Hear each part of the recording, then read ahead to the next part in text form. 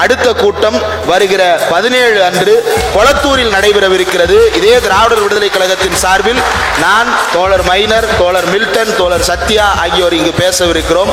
அனைவரும் அங்கும் வருகை தந்து சிறப்பிக்குமாறு அனைவரையும் கேட்டுக்கொள்கிறேன். பீகார் எஸ்ஐஆர் விவகாரத்தில் இந்தியா கூட்டணிக்கு ஒரு சின்ன வெற்றி கிடைத்திருக்கிறது. ஒரு முக்கியமான தீர்ப்பு. சின்ன வெற்றி, பெரிய வெற்றி. ஆமா, ஏன் அது சின்ன வெற்றி, என்ன கிடைச்சிருக்கு அப்படிங்கறத நான் உள்ள சொல்றேன். உச்சநீதிமன்றம் இன்னைக்கு ஒரு சிறப்பான முக்கியமான ஒரு தீர்ப்பு வந்து வழங்கி இருக்கிறாங்க. அதான் உள்ள சொல்றேன்ல, அது மட்டும் கிடையாது. இது என்ன மாசம்?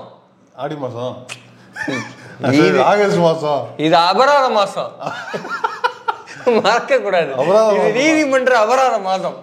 ஆமா, அதனால வந்து இன்னைக்கு ஸ்பெஷலா ஒரு 2-3 பேரை வந்து அபராதம். ஆமா ஆமா, நான் எழுதுனேன்டா, கன்ஃபார்ம் எடுக்கும்போது கண்டிப்பா நீதித்துறை வந்து பிசிசி அளவோட தாண்டிதான் ஐபிஎல் நடத்த போகுது நீதித்துறை. அது மட்டும் நல்லா தெரியுது. வந்து செட் பண்ணுவாங்கல்ல, இவ்வளவு வந்து இலக்கு அப்படின்னு, அந்த மாதிரி அபராத தொகை இலக்கு அப்படின்னு ஒண்ணு தமிழ்நாடு அரசு செட் பண்ணி, அதிமுகவும் பாஜகவும் செட் பண்ணி வேலை வைக்கிறாங்க. ஸோ அப்படியான வகையில் யார் யாரெல்லாம் இன்னைக்கான அபராதத்தை செலுத்தி இருக்கிறாங்க அப்படிங்கிறத வந்து பார்க்க போறோம். இப்படி பல சுவாரஸ்யமான நீதிமன்ற நிகழ்வுகள் தான் இந்த வீடியோ.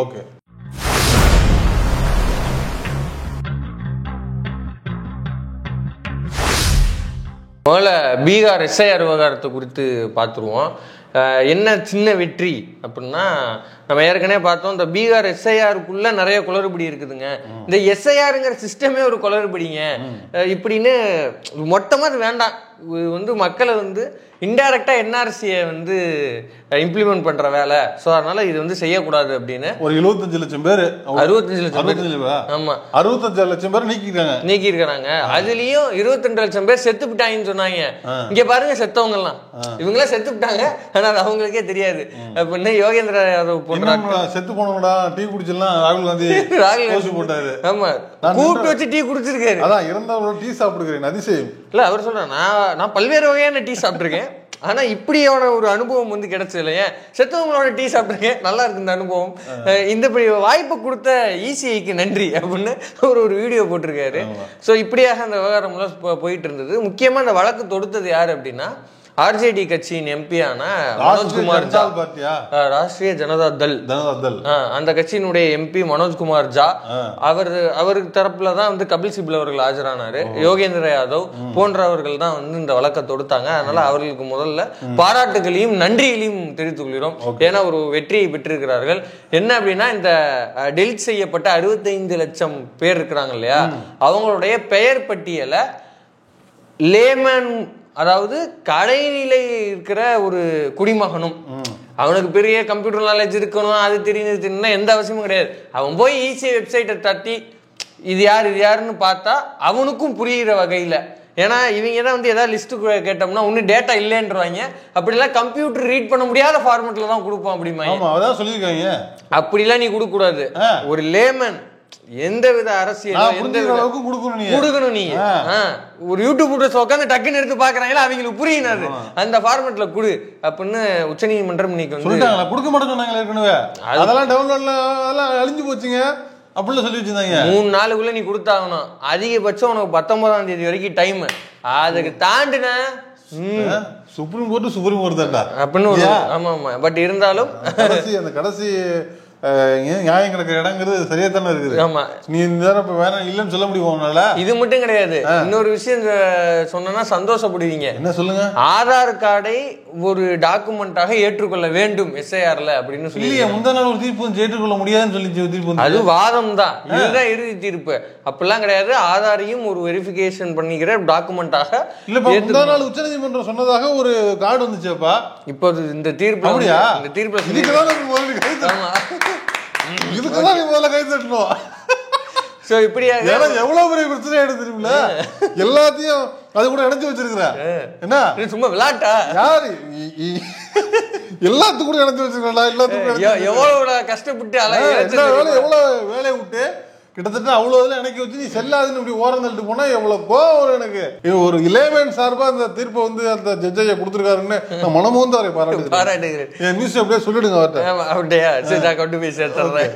ஸோ இப்போ இதுக்கு இடையில வந்து ஒரு முக்கியமான தகவல் சொல்லணும். நாளைக்கு மாலை ஒரு கூட்டம் இருக்கிறது. போயிட்டு தம்பி நல்லபடியா போயிட்டு வாங்க. நடத்துறதே நம்ம தான், எங்க தெரியாக்க போறது. டெமோக்ரஸி டோர் நம்பர் 0 முட்டை அப்படிங்கிற பேர்ல யார் யாரெல்லாம் கலந்துக்கிறா இதே எம்பி மனோஜ்குமார் ஜா அவர்கள் கலந்துக்கிறாரு. தமிழ்நாடு காங்கிரஸ் கட்சி தலைவர் செல்வபிரமணியன் கலந்துக்கிறாரு. இதே தேவசாயம் ரிட்டையர்ட் ஐஏஎஸ் அவர் கலந்துக்கிறாரு. தீஸ்தா தோழர் கலந்துக்கிறாங்க. இது மட்டும் இல்லாம மைனர் அண்ணன் பேசுறாரு. 4 சரவடிகள் Karikalan, Indrakumar Theradi, Milton, minor Brutus அவர்கள், அப்புறம் வந்து சதீஷ் அவர்கள், அப்புறம் வந்து அரவிந்த், இப்படி ஏகப்பட்ட கலக்கல் காம்பினேஷன்கள் வந்து காத்து. அதனால தவறாமல் அந்த கூட்டத்துக்கு அனுமதி இலவசம், அனைவரும் வருக. அவ்வளவுதான். சோ நம்ம கூட்டத்துக்கு வர்றதுக்கு முன்னாடி, அது பேசுறதுக்கு முன்னாடி அவருக்கு இப்படி ஒரு தீர்ப்பு வெற்றி கிடைத்திருக்கிறது. மனோஜ்குமார் ஜா அவருக்கு கிடைத்திருக்கிறது. நமக்கு ரொம்ப சந்தோஷமா இருக்குது. ஏன்னா இன்னும் 2 மீதி சேர்த்து மிதிப்பாரு கூட்டத்துல. சோ இது வந்து முதல் சம்பவம். நல்ல செய்தி. ரெண்டுமே நல்ல செய்தியா இருக்கு. நல்ல செய்தி. 3 லட்சம் வாக்காளர்கள், 65 லட்சம் வாக்காளர்கள் யாரு என்ன பதிவிடணும். நீக்கப்பட்ட வாக்காளர்கள் லிஸ்ட் பதிவிடணும். ஏன் பதிவிடணும்னா, ஏன்னா ஏற்கனவே யோகேந்திர அவர் கூட்டு போய் காட்டினாரு. பாருங்க, உசுரோட இருக்கவங்க செத்தவன் சொல்லியிருக்கான். அப்ப 65 லட்சம் பேருடைய பெயர் பட்டியல் வந்ததுன்னா இந்த மாதிரி இன்னும் எத்தனை குளறுபடிகள் இருக்குன்னு நம்ம கண்டுபிடிக்க முடியும்ல. எத்தனை பேரோட டோர் நம்பர் 00 இருக்குன்னு பார்க்க முடியும்ல. எத்தனை பேரோட அப்பா பேரு DJVEHC அப்படின்னு இருக்குது, JJS அப்படின்னு இருக்குது, அதெல்லாம் கண்டுபிடிக்க முடியும்ல. சோ அதனால பொறுத்திருந்து பார்ப்போம். 19ஆம் தேதி வரைக்கும் டைம் கொடுத்துருக்காங்க. இதை ஏன் சின்ன வெற்றி நான் சொன்னேன்னா அதை சுருக்கமா முடிச்சுக்கிறேன். ஏன்னா இதே போல எலக்ட்ரல் பாண்ட் வழக்கு நடந்தது, அது நம்ம எல்லாருக்கும் ஞாபகம் இருக்கும். ஆமா, எலக்ட்ரல் பாண்ட் முன்னாடி நடந்தது. அப்பயே இதே போலதான் தீர்ப்பு கொடுத்தாங்க. எலக்ட்ரல் பாண்ட யாரு வாங்கினா, யாருக்கு வித்திருக்கா அப்படிங்கிற டீடைல் நீங்க பதிவேற்றணும் அப்படின்னு சொன்னாங்க. இதே ஈஸி வெளியிட்டது, வசூ முடியாதுனாங்க, அப்புறம் வெளியிட்டாங்க. ஆனா அதுல வந்து பாத்தீங்கன்னா கொடுத்தது தனியா வாங்கினது தனியான்னு பிரிச்சு போட்டாங்க. அது ரெண்டையும் சேர்த்து கொலாப் பண்ணி கிளப் பண்ணி நம்ம அது வந்து யாருக்கு யாரு கொடுத்துருக்காங்க கண்டு 42 hours 24 hours போடணும்னாங்களே. ஆமா, அதான் உச்சநீதிமன்றம். சாதாரண விஷயம் இல்ல. உச்சநீதிமன்றம் அப்படி சொன்னதுக்கு அப்புறமும் கூட அது ஒரு டஃப்பா கண்டுபிடிக்கிறதுக்கு டஃப்பா இருக்கிறது மாதிரி செப்பரேட்டா தான் ரிலீஸ் பண்ணாங்க. அப்படி இதுலயும் நடக்கலாம். அதனாலதான் சொல்றேன். ஆமா, இப்படி வந்து மிஷின் ரீடபிளா இல்லாம இல்ல வந்து நம்மளால படிக்கிறது கஷ்டப்படுறோம்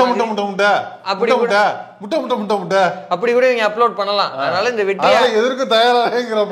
அதனால இந்த வெற்றியை வந்து அவசரப்பட்டு கொண்டாடிட்டு பின்னாடி அன்னைக்கே சொன்னீல அப்படின்னு இருக்க கூடாது. அதுக்காக தான் இதுலயும் தகுந்த வேலைகள் பண்ண வாய்ப்பு இருக்கு. அதனால அதுக்கு நம்ம தயாரா. ஏன்னா பாஜக இந்த அளவுக்கு அவங்களை கொண்டாந்து விட்டுறதே பெரிய வெற்றி தான். கொடுக்கவே முடியாது சொல்லி அதனாலதான் சின்ன வெற்றி. வந்து நீ நாளைக்கு வந்து என்ன வந்து பேப்பர்ல வந்து பேப்பர் எடுத்து வந்து பாரு நாளைக்கு அப்படி மிரட்டினது போக ரிலீஸ் பண்றேன்னு சொல்லிச்சு. அதுவே பெரிய வெற்றி. அதுதான் பெரிய வெற்றி. இப்ப அடுத்து வந்து நம்ம வாஞ்சிநாதன் தோழருக்கும் நீதியரசு GRS அவர்களுக்கும் இடையேயான அந்த சம்பாஷணைகள், அது இந்த சம்பவத்துக்காக கிட்டத்தட்ட 20 நீதிபதிகளா வந்து ஒரு லெட்டர், 10க்கும் மேற்பட்ட நீதிபதிகள் வந்து ஒரு லெட்டர் எழுதினாங்க, ஜாயின் லெட்டர். ஏங்க இந்த மாதிரிலாம் நடைமுறை பண்ணக்கூடாது, நீதிபதிகள் ஆமா நாங்க வந்து துணை நிற்கிறோம்னு நீதியரசர் சந்துரு உட்பட ஹரிபரநாமன் தோழர் உட்பட இவ்வளவு பேரும் வந்து இது பண்ணியிருந்தாங்க. இப்படி உயர் நீதிமன்றத்துக்கு ஒரு லெட்டர் அனுப்பிச்சாங்க. இப்படி முன்னாள் நீதியரசர்கள் இப்போது உள்ள நீதியரசர்கள் மீது உள்ள நடவடிக்கைகள் குறித்து கருத்து தெரிவிக்க கூடாது, அவங்க செயல்பாடுகள் குறித்து பொதுவெளியில விமர்சிக்க கூடாது அப்படின்னு வராகி அப்படிங்கிறவர் வந்து வராகி பிரச்சனை இல்ல நான் பாத்துக்கிறேன். இல்ல பேரே வராகி தான். பரவாயில்லடா பேரே வராகினே அப்படின்னு ஒரு பேரு அப்படின்னு பேரை கொண்ட ஒரு நபர் வந்து பெட்டிஷன் போடுறாரு. அவர் பார்த்தது இல்லையா? இப்படி சொன்னா உங்களுக்கு புரியல நினைக்கிறேன். நம்ம பிளாக்மெயிலர் இருக்கான்ல, அவர் ஃப்ரெண்டு. இது இப்படி பிளாக்மெயிலர் ஆகும், இது போட்டுதான் பிளாக்மெயில் பண்ணுவாரு. இதுவும் இதுவும் இதுவும் இதுவும் இதுவும் எல்லாமே அவனுக்கு இருக்குது. அந்த பிளாக்மெயிலருக்கு இவரு ஃப்ரெண்டு. அப்படியா? பாத்திருப்பீங்க அந்த பாஜக வேலையா இருக்கு. எனக்கு எவ்வளவு வேலை இருக்குது. அடிப்படையில் என்ன வேலை பாக்குறாரு அவரு? அடிப்படையில் சோசியல் ஆக்டிவிஸ்டா விசில் ப்ளோவரா இருக்காராம். எங்க இதெல்லாம் எங்க பண்றாரு அவரு? அது தெரியல, எங்க ப்ளோவ் பண்றாருன்னு எனக்கு தெரியல. பண்றாரு எங்க சோசியல் ஆக்டிவிட்டி பண்றாரு நமக்கு தெரியல. நமக்கு எந்த சோசியல்ல பண்றாரு நமக்கு தெரியல. எந்த சோசியல் மீடியால பண்றாருன்னு நமக்கு சொல்லிக்கிறாப்ல அப்படின்னு அவர் சொல்லிட்டு பெட்டிஷன் போட்டிருக்காப்ல. ஓகே, இது வந்து கண்டிக்கணும் அப்படின்னு நீதியரசர் வந்து பார்த்துட்டு அப்படியா பேரு வராகி வழக்கறிஞர் யாரு அப்படின்னு இருக்காங்க. வழக்கறிஞர் யாரு தெரியுமில? நம்ம மொழிப்போர் தீரர் ஜிஎஸ் மணி. அப்படி ஒண்ணும் வீரமா இல்லையே, என்ன அப்படின்னா மொழிப்போர் தீரர் ஜிஎஸ் மணி தெரியாத திரும்ப திரும்ப மொழிப்போர். உச்ச நீதிமன்றத்துல போயிட்டு மும்மொழி கொள்கை வந்து தமிழ்நாட்டுல அமல்படுத்தணும் அப்படின்னு ஒரு வழக்கு போட்டு தம்பி தம்பி என்ன தம்பி ஓ அவரா தம்பி பெரிய பிரச்சனை தம்பி என்ன தலைவர்கிட்ட கேட்டீங்களா? அவரா கேட்டீங்களா தலைவரே என்ன பிரச்சனை இருப்பானு உடனே வாங்கணும். என்ன இல்லைண்ணே என்ன எனக்கு தெரியாது என்ன இப்படி சொல்றீங்க? அவரா அவருதான் எப்படி நீங்க போட்டீங்க ஐடியா இல்லாம எனக்கு புரியல. நான் போட்ட கோடி கையெழுத்து வாங்கிட்டு இருக்கோம். நான் போட்ட தப்பானே அவரா அவரு போயிருக்காரு நீதிரசர் மேலே எங்கேயும் பார்த்துட்டு ஓ நீயா சரி போ 10,000 ரூபா அபராதம். 10,000? ஆமா 10,000 ரூபா கட்டிட்டு போ அப்படின்ட்டாப்ல. என்ன ஒரே அபராத மாதமா இருக்குது சொன்ன மாதிரி. இல்ல இவரு யாரு? பிஜேபி தானே? ஆமாமா பிஜேபி அப்படிதான் இருப்பாங்க. அதாவது நியாயம் கிடக்கிறதுக்காக கோர்ட்டுக்கு போய் பெட்டிஷன் கொண்டு வரட்டே 10,000 வாங்கி கட்டுறது கட்டு. இதுல வேடிக்கை இதெல்லாம் பார்த்தா அந்த கட்சிக்காரன் நினைப்பான், என்ன மண்டையா உன்னை நம்பி நான் கேஸ் போட வந்தா நீ என்னையே அவங்க ஒரு வெடிகுண்டு வாங்குறதுக்காக பிளான் பண்ணிட்டு போறாங்க. ஆனா அதெல்லாம் வெடிகுண்டாகி போய் நரி குண்டா போயிடுது. போயிருது என்ன பண்றது? ஒரு போயிருக்கா இவருடைய வரலாறு என்ன, இவருடைய எஸ்டிடி என்னன்னு தெரியும் இல்ல. நமக்கு தான் பெட்டிஷன் போடவே வர மாட்டேங்குதே, நமக்கு எதுக்கு இந்த வேலையெல்லாம்? நீ ஒரு உருப்படாத 2 பேர் 10,000 பயில கட்டிட்டு போ அப்ப நீதியரசர் சொல்லிட்டாரு. அடுத்த இது கூடுதலா என்ன சொல்லியிருக்கிறாரு அப்படின்னா, இது வந்து ஒரு விளம்பரத்துக்கு போடப்படுறதுன்னு பார்த்தாலே தெரியுது. பெட்டிஷனையும் பெட்டிஷனர் முகர பார்த்தாலே தெரியுது. அதனால பேசுறாங்களா ஜட்ஜேக்கள்? அதுன்னா ஓப்பனா அவர் பேசல. இல்ல நல்லாவே பேசுறாங்களே, நான் பார்த்தேன். அதிகமா பேசுறாங்க, கடுமையா பேசுறாங்களே ஜட்ஜேக்கள்லாம். நான் சில வீடியோக்கெல்லாம் பாக்குறேன், கடுமையா தான் பேசுறாங்க. விளம்பரத்துக்காக போடப்பட்டேன்னு பார்த்தாலே தெரியும். அதெல்லாம் தாங்கிட்டு தான் லாயர் வேலை பார்க்கணும் போல இருக்கு. கண்ணப்பன்னு கேக்குறாங்களா? பாஜக லாயர்னா அது வந்து கொஞ்சம் ரொம்ப சிரமண்டாது, அறிவே இல்லாம இருக்கணும். வேற சுப்ரீம் கோர்ட்டுக்கு போனாலும் கொட்டு வாங்குறீங்க, உச்ச நீதிமன்ற உயர் நீதிமன்றத்துக்கு வந்தாலும் குட்டு வாங்குறீங்க. சுப்ரீம் கோர்ட்டு போனாலும் குட்டு, சுமோட்டோ கலர்ல போனாலும் குட்டு தான், எல்லாத்துலயும் குட்டு தான், போனாலும் குட்டு தான். ஆனா மொழிப்போர் தீரர் தான், மொழிப்போர் தீரர் தான். ஜிஎஸ் மணி ஒரு வேலையை காமிச்சிட்டாங்க. ஆமா, தயவு செய்து தமிழ்நாடு அரசு பிஜேபி உள்ள பணத்தை எப்படி வாங்குறதுன்னு தெரியல அவருக்கு. அவனுக்கு கொள்ளையடிச்ச பணத்தை எல்லாம் இப்படி வாங்கினதான் உண்டு. இந்த வகையில கிராப் பண்ணுவோம். அடுத்த வந்து இன்னொரு அபராதம் வந்து என்னன்னா, உங்களுடன் ஸ்டாலின் திட்டம் இருக்கு இல்லையா, உங்களுடன் ஸ்டாலின் திட்டத்துல ஸ்டாலின் பேர் சேர்க்கக்கூடாது அப்படின்னு உயர் நீதிமன்றத்துல, அது உச்ச நீதிமன்றத்துல சிவி சண்முகம் போட்ட வழக்குடா. அந்த வழக்குல இன்னைக்கு தான் 10 லட்ச ரூபா போய் இன்னைக்கே கட்டிட்டு வந்தாப்ல. 10 லட்ச ரூபா போட்டு ஃபைன் கட்டிட்டாப்ல. அதானே அதே இப்ப சொல்ற. உயர் நீதிமன்றத்துல இன்னொரு அதிமுக காரன் வழக்கு போட்டிருக்காப்ல. எப்ப அது எப்ப? இப்பதானே அந்த ஆளு அடி வாங்கிட்டு வந்தா, அதுக்குள்ளவா? சரி, இதுக்கு இடையிலேயே போட்டிருப்பாங்க போல. சி சண்முகம் போடுறாருன்னு நம்மளும் ஒரு வெரி குட் வாங்குவோம் அப்படின்னு போய் அவர் சொல்லிட்டு போட்டிருக்காங்க. சென்ட்ரல்ல ஒண்ணு, ஸ்டேட்ல ஒண்ணு அப்படி போட்டாங்களா? சி சண்முகமும் இங்கேயும் போட்டிருந்தாப்ல. அப்ப அந்த கூட்டமா போய் இவரும் போட்டிருப்பாங்க போல. விசாரணை இன்னைக்கு வந்திருக்குது. இனியவன் ஒருத்தர், அப்புறம் சம்பத்னு ஒருத்தர், 2 பேரு நீதிபதி வாங்கி பார்த்துட்டு என்னப்பா என்னதான் சொல்றீங்க அப்படின்னு இருக்காங்க. ஆப்போசிட்ல வில்சன் சார் ஆஜராயிருக்காரு. ஆஜராயிட்டு, சார் ஏற்கனவே சி சண்முகம்னு ஒருத்தர் போட்டாரு, அவருக்கு உச்ச நீதிமன்றம் அபராதத்துடன் கூடிய தள்ளுபடின்னு பண்ணிட்டாங்க, ஒரு 10 லட்ச ரூபா அபராதம் போட்டிருக்காங்க, அதனால இதுதாங்க வந்து ஆர்டர் நகல் பாத்துக்குங்க அப்படின்ட்டாங்க. அப்படியா, சரி ஒரு 1 லட்ச ரூபா போட்டுருங்க. 1 லட்சம்? 1 லட்ச ரூபா கட்டிருங்க அப்படின்னு. ஆமா அப்படின்னு அவங்க ஒரு அபராதத்தை போட்டு விட்டாங்க. இவங்க எதுக்குடா வக்கீல் தொழில் பிடிச்சாங்க எனக்கு தெரியல. இல்ல இந்த கேஸுக்கு நிக்கும் நிக்காது அப்படிங்கிற அடிப்படை தகவல் கூட தெரியாது. தற்கொலை எல்லாம் எதுக்கு வக்கீலுக்கு பிடிச்சுன்னு தெரியல எனக்கு, ஒன்றும் புரியல எனக்கு. அதாவது கேஸ் கொண்டு போறவனை காப்பாத்துவீங்களா, அவனை கூட சேர்ந்து ஃபைன் கட்ட வைப்பீங்களா? அவங்க ஒரு இலக்கோட தான் பயணிச்சுக்கிட்டு இருக்காங்க. தமிழ்நாடு அரசு நிதி பற்றாக்குறையால எந்தவித பேக்லாகும் ஆயிடக்கூடாது, எந்தவித தடங்களும் வந்துடக்கூடாது. அதாவது சீரிய முறையில செயல்படுறது. டைரக்டா ஃபண்ட் கொடுத்தா எடப்பாடி பழனிசாமி கோச்சுக்குவாப்ல. அதனால இந்த மாதிரி நாங்க கொடுக்குறோம், ரசீது மூலியமா ஒரு ஒயிட் மணியாவே நாங்க கொடுக்குறோம் அப்படின்னு, கோர்ட் மூலியமா கௌரவியா. சூப்பர் தலைவா. இனிமே வந்து அதிமுக காரங்க தமிழ்நாட்டு நலனுக்காக என்ன செஞ்சாங்க அப்படின்னு நாக்கு மேல பல்ல போட்டு கேட்க கூடாது. ஏன்னா ஒரு ரூபா அது மட்டும் இல்ல, இந்த விஷயத்த நான் எல்லா இடத்தையும் சொல்லிக்கிட்டே இருப்பேன். இந்த மாதிரி கோர்ட்ல கேஸ் போட்டு 10,000 ஃபைன் கட்டிருக்காங்க, 10 லட்சம் ரூபாய் ஃபைன் கட்டிருக்காங்க, 10 லட்சம் ரூபா, 1 லட்சம், அன்னைக்கு ஒரு 30,000, இந்த மாதிரி ஒரு 15 லட்சம் அவங்களே கொடுத்துருக்காங்கன்னு எல்லா மேடையிலையும் என் ஃப்ரெண்ட்ஸ் கிட்ட விட்டு சொல்லுவேன். யோசிச்சு பாருங்க, சீசன் ஒரு 10 லட்சம், இது ஒரு 1 லட்சம், இதுக்கு இடையில 10,000 ஒண்ணு 30,000 ஒன்றவன ஈடிட்டு வாங்க, ஒரு 30,000 ஒண்ணு, அன்னைக்கு ஒரு 1 லட்சம் ரூபாய் எவனா ஒருத்தர் கொடுத்தாங்க. இன்ப தேன் வந்து பாயுது, காசு இல்ல கஜானால காசு வந்து குமியுது. இல்ல இப்ப நல்ல இதுக்கு தான் ஏடிஎம்கே இருக்கணுங்கிறது, இதுக்கு தான் பிஜேபி இருக்கணுங்கிறது. எவ்வளவு நம்ம இக்கட்டான சூழ்நிலையில வந்து நம்மளுக்கு நிதி கொடுத்து உதவுறாங்க பத்தியா. இவங்கள போய் முட்டாள்னு பேசுறோம், இவங்கள போய் வந்து இன்னசென்ட் மனசு இல்லாதவங்க பேசுறோம். எவ்வளவு உயர்ந்த மனசு இருக்கு அவங்களுக்கு. அதான் பாருங்க சார், அதனாலதான் சொல்றோம், நீங்க இப்படி வழக்கு போட்டுக்கிட்டே இருங்க, ஜிஎஸ் மணி போன்றவர்கள் போட்டுக்கிட்டே இருங்க, தாராளமா நிதியை வந்து கொடுத்துக்கிட்டே இருங்க, இன்னும் சீரிய முறையில் திட்டங்களை மக்கள்கிட்ட கொண்டு போய் சேர்ப்போம். அடுத்து இன்னொரு முக்கியமான வழக்கு. அபராதமா? இது அபராதம் கிடையாது, கண்டனம் கண்டிச்சிருக்கிறாங்க நம்ம ஒன்றிய அரசு. என்னன்னா, தி ஒயர் அப்படின்னு ஒரு நியூஸ் வெப்சைட் இருக்கு, நம்ம எல்லாருக்கும் தெரியும். அது வந்து ஆபரேஷன் சிந்தூரை குறித்து ஒரு கட்டுரை வெளியிட்டு இருக்கிறாங்க. உடனே எங்க இது எப்படிங்க, இது வந்து ஒரு தேச துரோக செயலா இருக்குது அப்படின்னு பிஜேபி சொல்லிருப்பானே.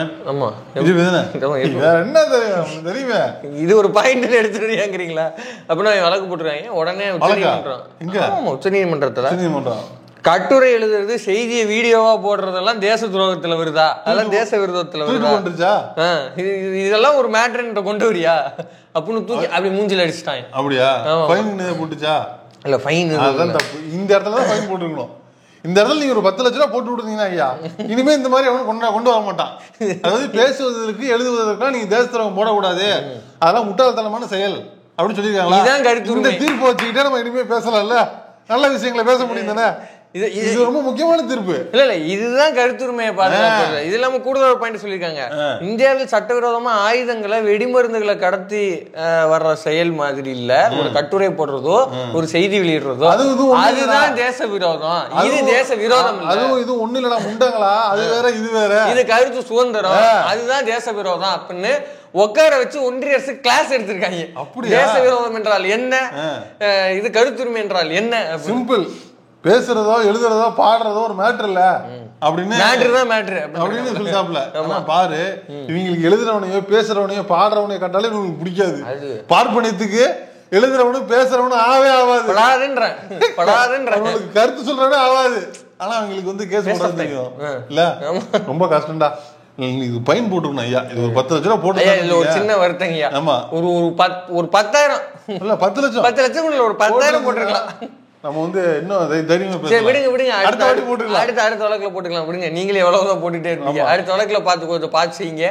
ஸோ இப்படியாக இந்த இதுதான் முக்கியமான வழக்கு. இப்ப நம்ம வந்து ஒரு டிவில ஒரு யூடியூப்ல பேசுறோம், டிவில பேசுறோம், பேஸ்புக்ல எழுது நல்லதுக்கு, நான் சொல்றது நல்ல விஷயங்கள, கெட்ட வாரத்துல எழுதுறவன் அவதூறு எழுதுறவன் இல்ல, நல்ல கருத்துக்காக, மக்கள் நலனுக்காக, சமூக நலனுக்காக பேசுறவங்களை வந்து எதிர்க்கிறவங்களை இந்த தீர்ப்பு வச்சு நம்ம மடக்கி போடலாம் இல்லையா. அப்ப இப்படியாக அபராத எபிசோடு வந்து இந்த வாரம் தம்பி, நீ சொல்றபடி பார்த்தா இதுவே ஒரு அபராதம் தான், இதுவும் அபராதம் தான். இப்படியாக முடிஞ்சிருக்குது. பாப்போம் அதிமுக காரங்களும் பாஜக காரங்களும் என்ன இலக்கு என்ன செட் பண்ணிருக்காங்க அப்படின்னா. இப்ப தமிழ்நாடு அரசுக்கு ஒண்ணு சொல்லிக்கிறோம், உங்களுக்கு வந்து புதிய திட்டங்களுக்கு நிதி வேண்டுமா, நிறுத்தப்பட்ட திட்டங்களுக்கு நிதி வேண்டுமா, அழக வேண்டிய ஒரே முகவரி எம்ஜிஆர் மாளிகை, அண்ணா திராவிட முன்னேற்ற கழகம், ராயப்பேட்டை, சென்னை. நன்றி, வணக்கம்.